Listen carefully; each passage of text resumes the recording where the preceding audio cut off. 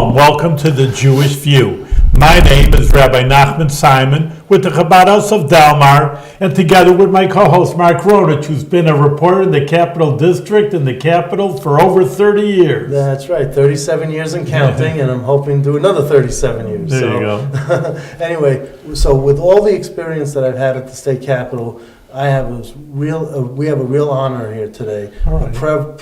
A pleasure and a privilege to have an assemblyman from the Bronx here, Mark Gjonaj. Did I pronounce that correctly? You certainly did, and thank you for having me. And Flattery will get you everything, so keep it up.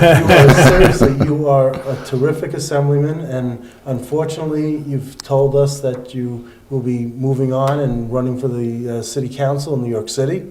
That's correct. Because there's an open seat, there are term limits, and this guy Jimmy Vaca is leaving, so you're going to be running for his seat, hopefully successfully. You know, Mark, you talk about the future, and in Judaism, we always, you have to look for the president in the future, but we always have an emphasis on the past also, because you don't know where you're going if you don't have a past coming through there. So I actually was invited to the Capitol. Well, I didn't even say that he's the first Albanian born or first elected assemblyman with Albanian ancestry. That's right. First elected in the state. Because you were born here. That's correct. You weren't born over. No, fortunate to be born in this great country. Rosick was born in Jerusalem. Right. So anyway, so you were In any case, so you brought the president of Albania because that's where you're coming from, that's your ancestry, and Jewish people are proud of theirs, and I'm sure you're proud of yours. So I went there. So you want to continue, why would a Jewish rabbi want to go to I like to go everywhere. Jewish rabbi, isn't that redundant? Jewish rabbi. I'm just saying, some rabbi from the Jewish faith will want to go to a reception that you put on for the president of Albania.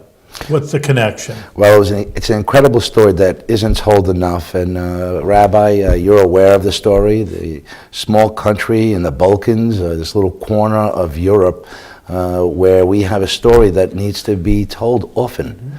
It's the only country in that part of the world where during World War II, that dark time, there were more Jews that lived there than they did before the war.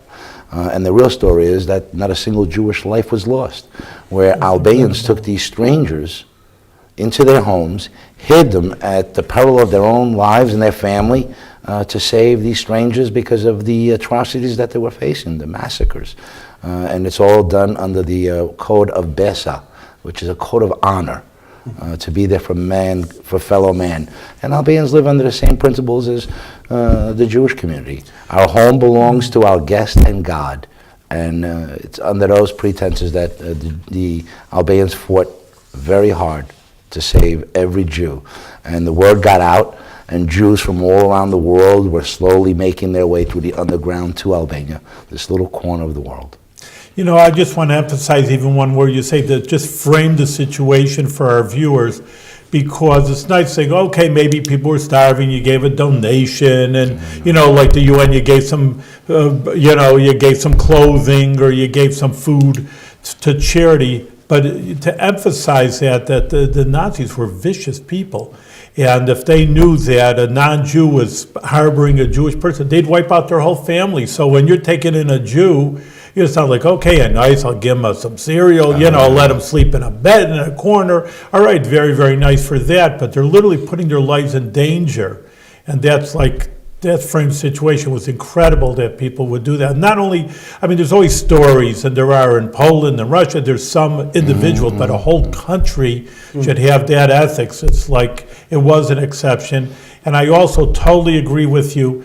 It's just like in the newspapers, but everybody, always the bad news. Right. You have to be told also the bad news, what World War II was, but it just seems anybody does something good, it's on page B30 in the newspaper, and if some schmendrick, idiot kills someone, or that's front page news. What a low life that a person is. Rabbi, the Albanians are very humble people. They never told the story, and because of 50 years of communism, the story couldn't even be told. Really? But we've always left it to our neighbors and our friends in the Jewish community to tell the story for us. And so you're not told enough, I'll say that. Your parents were Albanian. That's correct. Is that right? That's what correct. town in Albania? A little town called Rech in Ulcin, which is in Montenegro. And as you know, Albanians are one of those peoples that have been divided into 5 countries.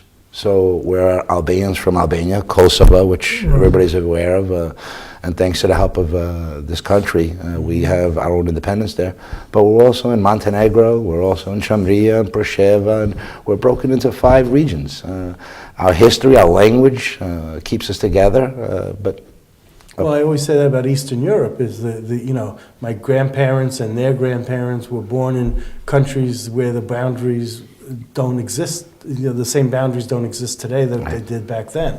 So, you know, same thing, we're broken up into many countries, and Yiddish evolved out of that, and that's our common language to some extent. But when you say Resh, it's R-E-C with a little, right. What's it called, that accent? It's called the little accent. Okay. That's over the C, I guess. That's right. Yeah, okay. That's right. And that's in Montenegro. Now, what's Montenegro famous for? Anything? Being next to Albania? No? Is It's another is it- small country. The total. Is it gambling, or is that Well, Montenegro is making its way into the news recently with the development, the ports, part of that ambiance that James Bond, the 007 movie portrayed. Yeah. And, you know, it's a old and relic area, and it's the stone homes and the genuine people that live there that make that area so special. And that's a What's the etymology of the name Montenegro? Because negro means black. Black Mountain. Black Mountain. Yeah, Okay. very mountainous area. As you can imagine, very difficult to live and prosper and be a farmer in those conditions, and always subject to climate. But Right. How many times have you been to visit your home? often, Yeah? and not as often as I like. But and I haven't gotten much since being elected. Well, let's put it this way. When you move on to the New York City Council, how's this for a segue? Your salary is almost going to double Yeah. from what it is in the state, Somewhere. and you won't have to travel as much, so you won't have as many expenses. So you'll have more money to go over to Montenegro and visit your relatives. God has been very good to me, and I've been very fortunate, and money was never my issue, it was always time. And as you know, although they call this a part-time job as assemblyman, it really is a full-time job, and my family can attest to that. Last year, during the first 7 months, I had 2 days off. And I don't say it as a complaint, I say it as, I didn't even think of it, but my office calculated this. It's 7 days a week. So although we're in Albany part-time, I can tell you, it's a full-time job just being in the district. And that's from not only attending events and meetings and being there for the constituents, but really knowing your community and knowing what the needs are. And I go outside of my boundaries. What What is your assembly district right now? Well, it's a compromise of the neighborhoods of Marshall Parkway, Bedford Park, Pelham Parkway, Allerton Bronx. Avenue, or Bronx, that's right. Now, Which is the most important borough in the well, state. you know what's interesting is that when I used to get all the phone books, I grew up in Brooklyn, when I used to get the phone books. of the Nobody's 5 perfect. boroughs, you just say the Bronx. That's correct. And it was, is it officially the Bronx? The Bronx. The Bronx. The Bronx. And it was a family, Bronx, Bronck's, that had a farm, and everyone would go up to the Bronx to visit the Bronx family. So that's how they got to. And that was it, yeah, That's right. that's how they got the name, so. You're well versed. I always Been around wondered for why, 37 why years that already. one, it didn't say the Queens and the Brooklyn. That's the only inland borough, and there's other things there that from Brooklyn you have to cross a bridge to That's get. right. That's right. From Brooklyn, you know, if you went to Yonkers for the Cross County Shopping Mall, that was going far. That was like a day And the trip. segue, how is the Bronx? Bronx always had, I'm from Chicago, to tell you the truth, even Oh, though I've been boy, oh, living boy. here. But, the Bronx, it was like, just a big slum. That's, I don't know, so tell us about it and how it's The growing. Bronx is on fire, and I don't mean in a bad way. I mean in a way of incredible opportunities and development. We've never had it better. Well, it's your borough president to credit for that. Yeah, everybody should take credit for it, but No, it's but really. but before him, I mean, I never saw, the borough president's Ruben Diaz Jr., Right. and he was an assemblyman. And I don't know if you're a fan, but I'll tell you, before he got there, I never saw this borough with so much construction going on as what this guy knows how to deal with. Economic construction. boom. Yeah. It's Really? incredible. The borough president, the electeds, Right. but it's all the risk takers. It's all those people that we still have neighborhoods in the borough of the Bronx. Yeah, I know. And it's incredible to be a part of it, where you can see the characteristics from neighborhood to neighborhood, community to community. We're so diverse that it's a tremendous asset. Mm-hmm. You know, our diversity there. I held an event my first year, and it was International Family Day. And I honored every known country in the world and found a person in the borough of the Bronx. So 197 known countries. And all of them were able to be represented in the borough of the Bronx, and it was incredible. Beautiful. It's a fantastic story that needs to be shared. And you live on City Island? No, I No. lived on City Island for 14 years, Okay. and when I got elected, I had to move into the district, and then Oh. I lived happily on Pelham Parkway, Eastchester Road, where I grew up as a child. Oh, okay. All right. Well, I got that. So it's wrong. going back to your Okay. roots, as they say. Yeah. As So they the say, Bronx yeah. is booming, that's good to hear. You know, I knew that it was, but, you know, it just, So, I encourage you to make a visit. Yeah. You'll see it. No, You'll witness it yourself. well, I'm a and- Yankees fan, so I go there. Go to the And you Bronx. know, along the Grand Concourse, Grand Concourse, they have these banners now of all the famous people who came from the Bronx, and it makes you proud to know that there was such history.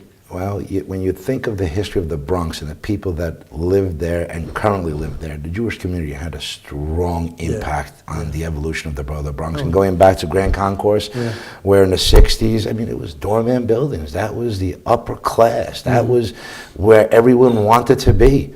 And then the My Jewish mother community grew up moved to there. Co-op City and Pelham Parkway Right. and grew up as a kid. I drive down Pelham Parkway, and those benches were filled. Right. You couldn't throw a pebble. And there are lots of When I hit it, synagogues. And lots plenty of synagogues yeah. and a lot of kosher delis, which are no longer there. But coming back, you know, we see a little rebound for the Jewish community as well, and there's interest, and it's I had wonderful. an uncle and aunt that lived on Moshula Parkway. When I was a kid, I visited there. Right? So- It's a shame, you know, you know, that neighborhoods go down. I saw that so many different places, but now that it's being revitalized. And New York City I mean, the whole city is so much to offer. And I always saw, you know, again, 20, 30 years ago, you know, I'm from here in Albany. I'd say, well, let's visit Brooklyn, the Lubavitch Rebbe's headquarters. You're going to get us killed, Rabbi? What are you going down there? Little, you know, I've been around a long time, and now it's like, hoo-ha, you live in, you know, Right, New York right, City. right. So, no, it's really nice to see It still offers some great values and investment opportunities. It's still cheaper than the rest of the city when it comes to purchase of land and development. So the story hasn't been written yet. It's still continuing, and there's more pages that need to be written about the borough of the Bronx. Well, I have a list of legislative bad apples that go back to late 70s, okay? So it's a long list. But you came into the assembly by defeating a legislative bad apple, Naomi Rivera. And her father is in the assembly now, and he's been there a long time, Jose Rivera. Yeah. How do you get along with him? I mean, is there tension? Is he okay? No, not at all. And you know that I beat an incumbent is what I beat. I challenged an incumbent. I did it for the right reasons. I'm fortunate to be here. Public service is the most humbling experience that I've had, the most rewarding experience that I've ever had. I'm not sure my family would agree with me, but they're making the sacrifice alongside of me in this regard. My colleague, Assemblyman Rivera, he knows this is not personal. We work very well together. We interact together. Okay. I interact with the former representative of the 8th Assembly District, Naomi Rivera, as well. So there is no tension. Okay, It just wanted was to check just a in time and for ask change. how that was going. It's a time for change, and Okay. And hopefully now- my move to City Council, there'll be another change. There'll be another change. You think Naomi will run again? I don't think so. No, she's done? Yeah, I think she's, did her time in public service, so to speak, and she's looking for opportunities out there now, and she's working on her own. She's Okay. doing fairly well. But you know, talking about the pay raise, because what you said at the beginning of the show is really, it's disheartening because here, I mean, I don't know what the reason why, maybe it is for the pay, but I mean, you have assembly people and it's a big issue around the Capitol. Should the assembly and the Senate get a raise? And they didn't get a raise. But I that's mean, not why you're leaving, is it? Rabbi and Mark, the one reason I'm going to the city council has nothing to do with salary. Well, you just said money has never been an issue. Fortunate for me, absolutely not. And I'm going there for other reasons. And it's about the potholes, the street lights, the litter. It's all local issues.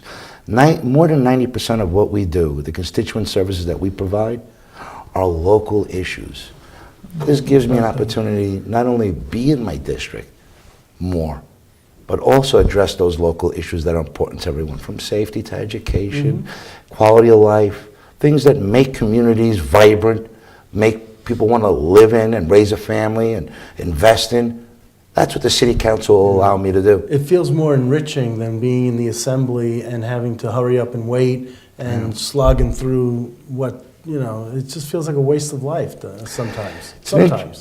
Albany is a very mystical place. And when you come out of small business and every minute matters and you're expected to be responsible and accountable for every action and inaction that you have or don't have, Albany is a little different. But we have a great speaker that fights for our conference. Who's from the Bronx? From the Bronx, making a difference. It's not an easy scenario to be in. Okay. How many people are in the city council? I don't even. 51. So so you can get things done. I mean, it's. Well, how many assemblymen represent New York's the 5 boroughs? Once you get, 80. You're in the 80th assembly district. Correct. And you're pretty much as north sometimes as they come. We have 150 members in the assembly. 107 are Democrats. No, but how many of the I come 80? from the Ivy But 80. you're the northernmost. Citywide, 82 would be Dinowitz. Yeah, so you're somewhere in the 80 range. You have about 80 assembly. Oh, because you got Long Island, Nassau, That's right. Suffolk. That's right. So you got about Chuck Levine. Well, anyway, no. Michelle Salagis is Right. from Nassau. She's at the Queens border. So Chuck Levine, right? Right. He comes on the other side there. So that's like 15 districts on Long Island. So if you take out 87, 65, so yeah, you got about this, almost the same. Is your city council district going to be different? I know it overlaps with what your assembly district is, Yeah. but is it larger, smaller? It's larger, and half of It my is larger. assembly district is in the city council district. Right, yeah. And it's larger, so I think at the 170,000 constituents, so compared to the 124, 26 that we have now. Yeah, so, okay, but you're up for the task, you're up for the Oh, challenge. I'm looking forward to it. And Yeah. It's going to be a great experience, and another, we forget that. You go back to your entrance into this conversation. Before you look at the past to figure out where your future is, and everything's a starting point, and everything should have an end point. Yeah. I'm looking forward to doing another 8 years in the city That's right. council. And then exiting. And then- Stage Is right. that the Well, limitations, yes, or it's- 8 years? Yeah, term Yeah, limits. yeah. And then maybe he'll run for the Senate. Who's Who's your senator? Jeff Klein? The great Jeff Klein. It is, yes, right? Yeah. Okay, He was so. a friend and a senator, and Okay, well, probably I guess call you him ain't going to both. run against him, are you? No, he's a friend, and not only a friend, but you don't run against someone if they're doing exactly what they need to be doing. And no one's done more for the borough of the Bronx in that area than Senator Jeff Klein. Do you think there should be another a version of the IDC in the assembly? Because there could be. I don't think we need one. We have a speaker that delivers, and I'm very proud of having Carl Hastie as the speaker, and he's done extremely well for But- not only the borough of the Bronx, but the I city didn't and the say state. you would be part of it. I didn't say you would be part of it because you're a fan. You're a Carl fan, and you're leaving.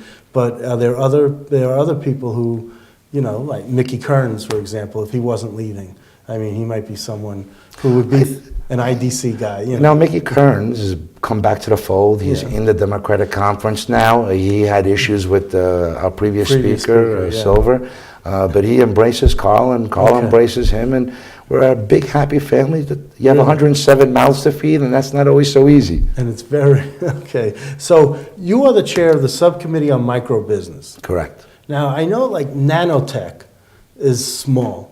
How small is a micro business? Can it fit into a nanotech building? The interesting part is the definition of small business, and that's why we have a micro business. Small business, 100 employees or less. When we think of the mom and pop shops and the commercial corridors, that's not a small business.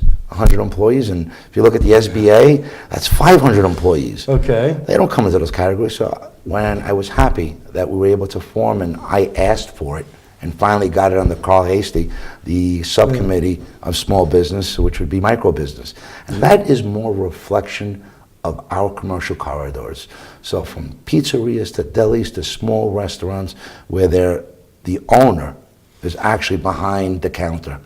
Okay. And they haven't had a voice. That's 90% of the backbone of this country, the largest employer, and they've never had a fair share. Yeah, I'd be a micro business. Yeah. But you know, I always said to Elaine Caballeros at SUNY Nanotech, is like, the smaller you're making these wafers, these items in your thing, the bigger the building is that you have to make it. I said, if you're making it so small, why can't the building be small? You know? Interesting concept, but small businesses and micro business in particular is something that I'm proud to be a voice for. But Very few of my colleagues come from small business. You actually had to define it. You have a bill, 6650, that relates to defining and establishing a micro business. Yeah. This wasn't even thought of. I mean, you had to define what this is. I fought tooth and nail, and I continue to fight tooth and nail for those small mom and pop shops that make our community so vibrant and viable. They employ local people. Right, yeah. They offer services and products to communities without having to get into their car. They don't have the recognition nor the support that they need. And they're the middle class. But wouldn't you think every farm upstate would be a micro business? Absolutely. Yeah. Absolutely. Have you been up to some of the farms? I love farming, and you know, I've spent a lot of time on farms. But have you been to upstate? I have, in Dutchess County. We have a family-owned farm out there, 140 acres, and at one time there were chickens and goats and sheep and cows on it, and it was a form of therapy for me. Well, now I'm a full-time legislator, and it takes up every moment that I have. But you haven't gone to visit like Bill McGee in Madison County or something? I have not made up to Madison County. You know, all right. Well, we'll have to get you up there and we'll have to see what slog through the mud. Something else that I noticed here is that you have a bill that criminalizes the sale of synthetic cannabinoids. Yeah. What is a cannabinoid? May you never have to know, because the families that have been destroyed by the synthetic drugs, the K2s of the world, that this product is being... K2 is a mountain to me. Well, K2 is a product that was being sold over the counter in every convenience store, deli, grocery store, and gas station legally. And it was being sold for the purpose of consumption where children were getting high off of it. They were creating zombies of these children. These were chemicals. What was it supposed to be? I mean, I'm just saying over the counter. No, it was a gum or a candy? The incense is what they sold it under, but it was not used as incense, and so it was this used to isn't get like high. And this isn't cannabis? No, it's a synthetic marijuana is what it is. Synthetic marijuana. And they're just getting more powerful and more elusive. Our laws can't keep up with the new products that are being offered out there that are giving children new highs at incredible detriment to their health and safety. So what's the status of your bill? Well, unfortunately, criminalizing anything nowadays is not so easy, and we're on the trend to decriminalizing some of these issues. So it's not going on. No, and more Your has to be done. Your buddy Carl didn't want to push it, huh? Well, it's not Carl. We have a whole conference here, and it's very difficult. Look, we try to push it to the point where at least let's go after those that are selling the product. Let's go after those store owners and make them accountable for offering these products so readily available to our youth by stiff fines, second time a larger fine, third time taking away their liquor license, their lotto abilities, and other things to make them close up shop. But this is an epidemic. Whether it's heroin or synthetic marijuana, our families are being destroyed, our youth are being destroyed, regardless of their ethnicity, gender, culture. And and nothing is more important or paramount to me than working on getting these drugs off the street and those that are actually selling these products behind bars. Well, do you think the city council will be more receptive to this? Well, I'll have large voice there on that issue, and I'll continue that fight. So let me just tell the audience, you're a member of what, 6 committees: Committee on Banks, Local Governments, Real Property Taxation, Small Business, and Tourism, Parks and Sports Development is one committee. And then you're a member of the Puerto Rican Hispanic Task Force. Yeah. But you should have an Albanian task force. You'd be committee of one. You'd be chairman. Yeah, chairman, exactly. Well, let's see if we can have another Albanian eventually enter politics, but that'll take some time. And the irony here is, a good portion of my life, when I told people I was Albanian, they thought I came from Albany. So, see how things come around? But did you ever see the movie Wag the Dog? Yes, I did. Because it was a fake war that took place in Albania. Really? And so I always thought that was a kind of humorous, in terms of what. I wanted to ask you about the perception of being able to do your job and conflict of interest. I mean, it seems like these days, no matter what someone does, someone else can draw an inference that there has been something tawdry going on. Does that really, I mean, because you've been in the middle of something of that nature, and I just want to clear the air and talk to you about it. I come from a background of small business. Yeah. We've made investments. I have experience in real estate, whether it be development, management, property, and no one likes a landlord, but I'm proud of those professions. Sure. And they're honorable professions. You can't demonize me because of my profession or my business experience or the things I've invested in, no matter how much you try. Can you put a spin on it?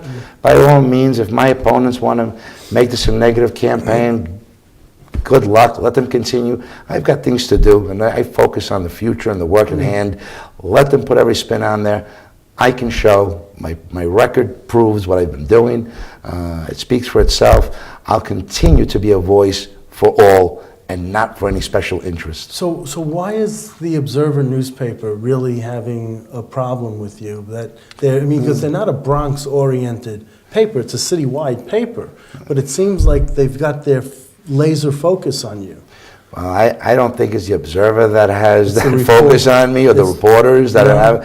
I think this is being done by those that are running for the seat as well. And I say, hey. Really?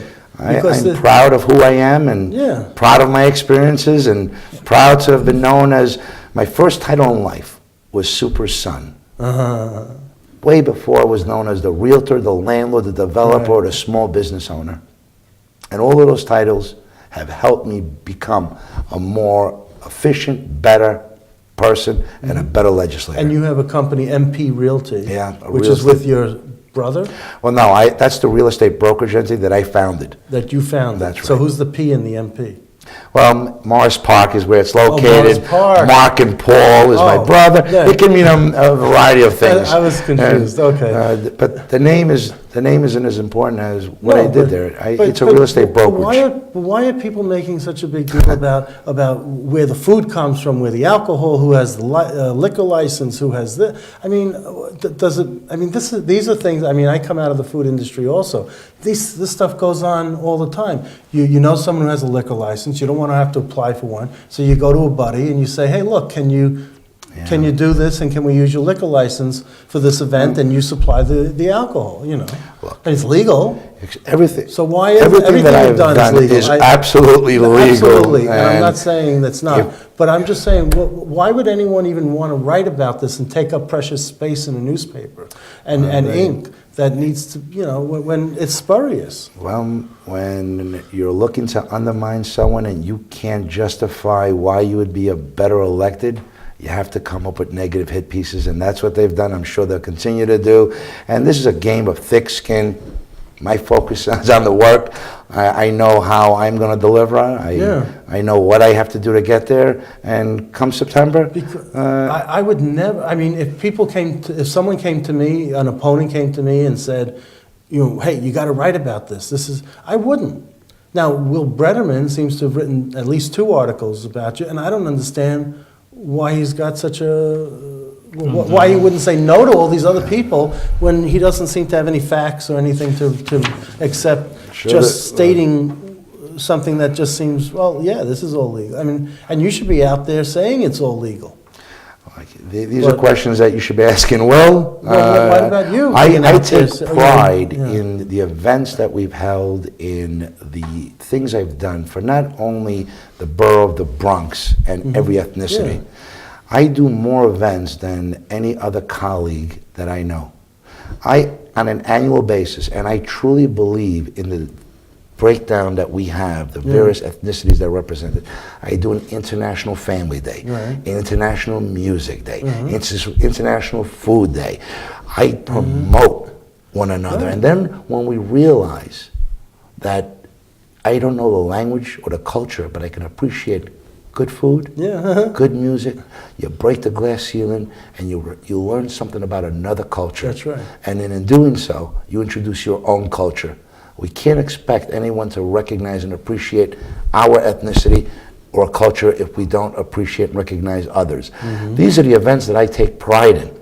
And being the only Albanian elected in the state, it comes with a burden as much as a responsibility. And that is to hold events like Flag Day and Independence Day. And it seems to be that you're not making, like no one is making money on it. I mean, you're spending more than what's coming in from any donation or whatever. And that's been brought out in the article, so I don't understand any of this. I mean, no one's benefiting from this, and they're having all this food and alcohol flowing and all these things going on, and it's frustrating when you see something like this. 2,500 people came together for the first time to celebrate a day of independence and ethnic pride. We live in the greatest country in the world that says, while you become productive members of society, don't forget where you came from. Hold on to your language and your culture and become productive here. We live in that country that allows us to express ourselves in that fashion. That Independence Day was a tremendous hit. We had the mayor there, had Congressman Elliot Engel there, and I hope that this year's event is going to be even bigger and better. You know, like you're actually, this way we started our program, the working together, Albanians, Jewish people, all kinds of international people. It's the beauty of America.